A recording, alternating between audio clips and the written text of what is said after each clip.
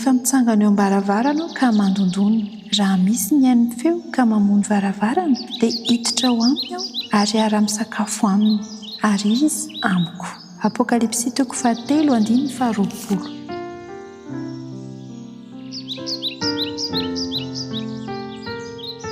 Iza no vahininao? Vahiny manao ahoana no eo amin'ny fiainanao? Ity loha hevitra androany ity dia miresaka amintsika fa manam-bahiny isika, ary vahiny izay te hanana fifandraisana aminao manokana. Izay rehetra manokatra ny fony mba hahafahany miditra ao amin'ny fiainany dia handray ilay vahiny manan-kaja izy.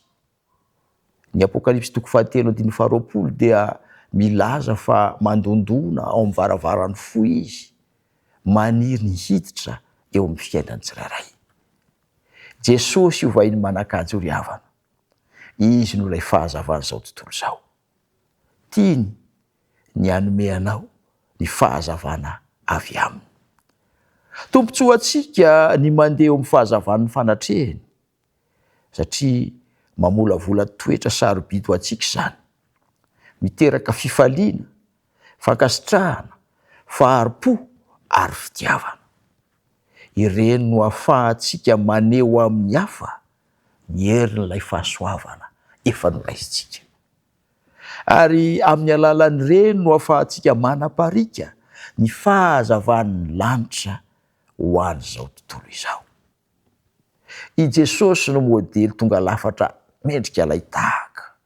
Koa aoka isika hitady izay hanehoantsika ny endriny eo amin'ny fiainantsika. Tsy ampy ny fanekem-pinoana amin'ny vava izay efa natao, fa mila fahalalana sy manana fanandramana velona ny amin'ireo fahamarinana izay efa noraisinao amin'ny tenin'Andriamanitra isika. Ho hitantsika fa ireo fanoherana sy ny sedra rehetra izay miatra eo amin'ny fiainantsika dia ho tonga fitahiana sarobidy, satria manome fahatsapana vaovao ho antsika ny amin'ny fahasoavan'Andriamanitra momba antsika izany. Koa meteza ampihatrano ilay vahiny manan-kaja ianao, dia ho hitanao mitoeny ka ho hainao ny mianatra azy.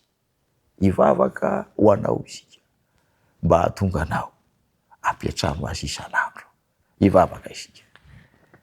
Ray malalo, makasitraka noho ny amin'ny teninao, makasitraka noho ny fanambarana asehonao.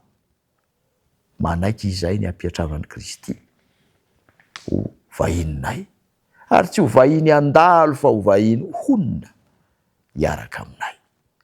Koa aoka Tompo, amin'ny fisiny ao anatin'ny fiainanay, dia ho afaka sy ho esoriny daholo izay rehetra faka ny faharatsiana ao anatinay, mba ho voaova ny fahasoavana izay, ka tonga mendrika sy tsara, mendrika ny lampanao, ary hiaina ho vavolombelonao eto amin'ity tany fandalovana ity.